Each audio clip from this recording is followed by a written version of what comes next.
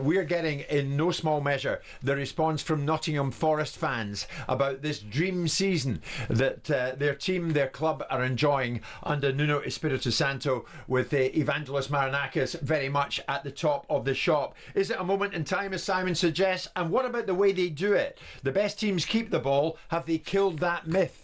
Their way seems to work for them, but can you continue in that way? Dan is a big Forest fan. Dan, good morning. Marinakis said to me at Wembley, Dan, on the day that you guys went up, right, it's not about making up the numbers, it's about competing and it's about winning things. I don't know if you heard that interview way back then, Dan. Did you believe him then, and do you believe it now? Yeah, I think we definitely believe it now, but at the same time, there's lots of us that don't want to get too carried away, despite the huge buzz around the club, and rightly so. Marinakis is definitely ambitious, and it's great to hear the ambition of the club, and he wants to get us back to where all of the supporters want us to be. But it's just great to be in the stadium and in and around the club at the moment. But I'm just worried that we might get a little bit stretched at the moment with a couple of injuries. Aina going off last night. We've got Villa at the weekend, and Moreno won't be able to play. So, but some of the unsung heroes, Elanga's work rate off the ball has been absolutely amazing, and Yates' dark arts really come into play in those tight games as well. So, yeah, life couldn't get any better. Dan, thank you for that. John's a big Forest fan. John, do you echo what Dan has just said? Good morning. Absolutely, yes. Good morning. My point, though, to Simon about FFP, could you tell us the difference, what it makes when players are doing so well, because they would have negotiated players over the years. At the start of the season, I understand you have to sort the bonuses out. How big bonuses would you have given a Forest player if he turned up in your office and said, we're going to end up in the Champions League this year, what's our bonus going to be? Would you laughed at him and said, okay, we'll give you X amount of pounds? Is that going to affect FFP this year? Well, not this year, no, but possibly next year. But then you've got the added benefit of the revenues that you get will dramatically eclipse the cost implications of the bonuses that said players will be asking for. And they will have asked for it. Every player gets a raft of bonuses, whether it's a position in the league, whether it's an achievement in the Cup, whether it's an England cap, or whether it's, in this instance, the Champions League. But it's offset by the revenue that you get. And so you'll have the challenges that you have. If Marinakis wants to go big and buy more players and wants to spend more money on wages, he'll have the same problems that he's got now, which is building his turnover to a level to be able to accommodate that level of investment to be able to compete. I disagree fundamentally and vehemently now with the idea that Nottingham Forest or Newcastle or Aston Villa shouldn't be able to spend like drunken sailors, if their owners can afford it, to be able to build them into a position where they can compete and stay competing, rather than this moment in time, which I talk about, which is not what I want for Forest. I want Forest to be a significant player in the Premier League. Listen, as a former owner, do you admire the Marinakis style of ownership? In some ways, I don't admire some of his behaviour, because I think it's a little bit boorish. But I do admire the fact that he wants to back his football club's got the means and the welfare and the well-being to do it, and doesn't really care. And I think ultimately, if you're going to do something, you go hard or you go home. You make your own rules up. And he backed himself. It wasn't so long ago, everybody, including people in the studio, were vilifying the way that he was operating, and the way that he was undermining Steve Cooper, and how he was buying players and what he was doing, and all these so-called educated voices are now probably singing his praises, or probably, if it doesn't suit them, saying it's in spite of him. I know you're turning your body and your head to me. I am. Oh, really? I am. Yeah, but Steve Cooper was popular, Danny, and the Forest fans wanted they wanted more from him because they bought into his ideas and they liked him, and then he got cut. But that's what happens in football. Ownership. But he didn't, first of all, did he? Because again, all the conventional wisdom said, he's going to get sacked.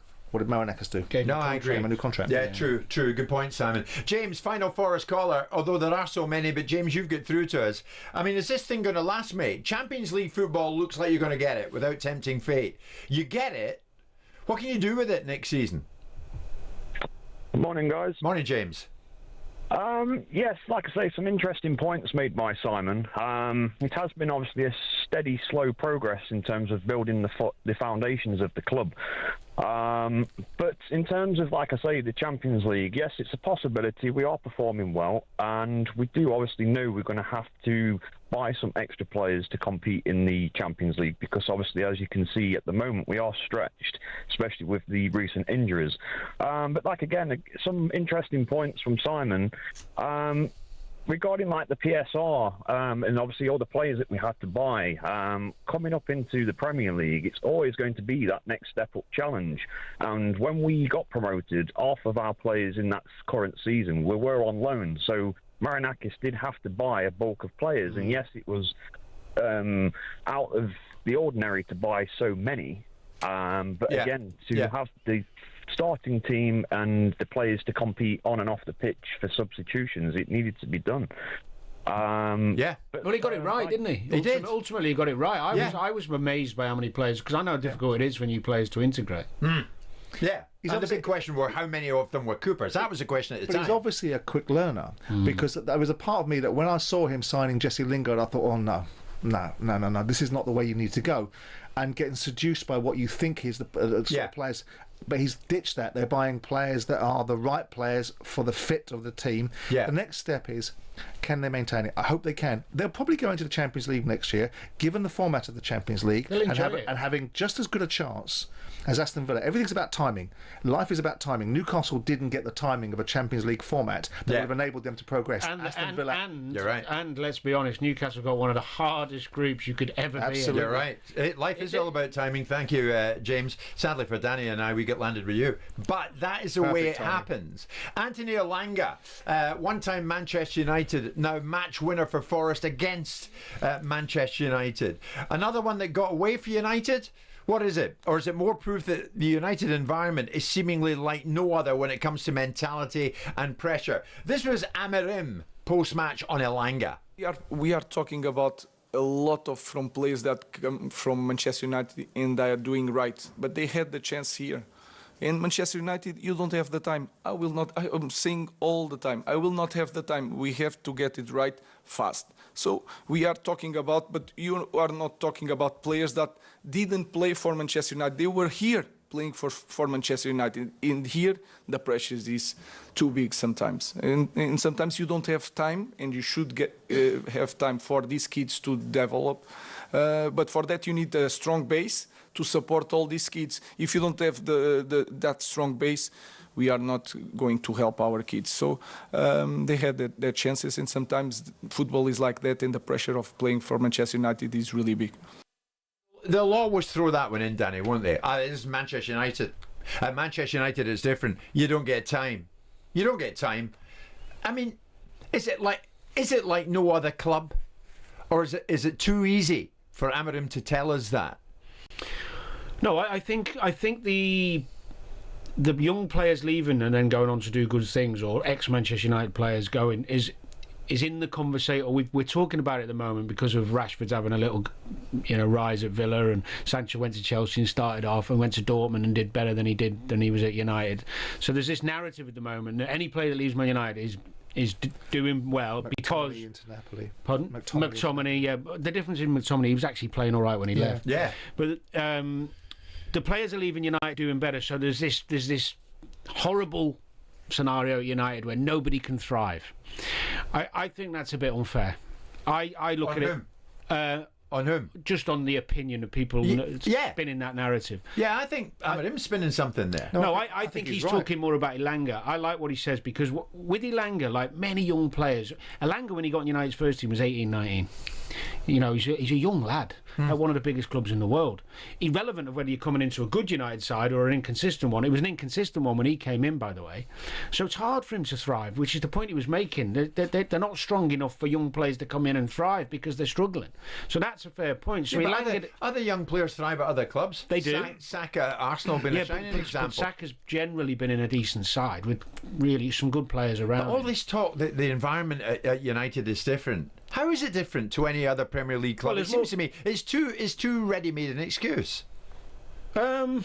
There's pressure at every top club. There is, and you could argue you were at one. The cream rises to the top, and that's where you thrive on the pressure. Yeah, and that's why you felt the pressure when you first arrived in the scene, Danny. You got a hold of it. And by God, you made it work for you. Yeah, but I had some help along the way. But different clubs are treated differently. Darwin Núñez has been struggling at Liverpool, and they put their arms around him, and the fans want to encourage him, and the media leave it alone and don't dig at it and endlessly parody it. Whereas with United, I think there's absolute substance behind what's being said.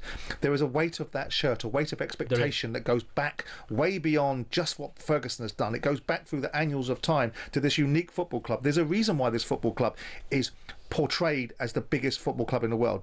The Madrid guys would argue with it, and I suspect they've got some validity to that. But the point is, why is that the case? Because there's such history and expectation. And at United, these players have had opportunities to perform, and they don't. And they go into environments where, whether you like it or you don't, expectation changes the way people think and the way they respond. And you go into a radio studio and you've got to do something different to what you're used to doing. Some people can do it and some people can't. But is environment based on history? Well, no, environment is based on expectation. Expectation of expectation is your own. Yeah, and the best do. Wayne Rooney walks in at Old Trafford as one of the youngest players and gone for 50 million from Everton, embraces it, scores hat-trick on his debut and said, just, I'll have this. That's the levels. But not every player is capable of doing that. But United has got huge expectation. The other thing as well is when you walk into the door at United, I would imagine and hope that the staff and the players there are trying to... They've got a higher expectation of you than if you're signing for Forest, for example. I think Elanga's a big fish in a small pond now. He's embracing it. I think it's undoubted. I mean, it's even gone into the annals of time where United were one of the few teams in the Premier League not to pay win bonuses. The reason being, they're expected to win. Jim White and Simon Jordan. Monday to Friday mornings from 10 on AM, on DAB, via the talkSPORT app and on your smart speaker. talkSPORT.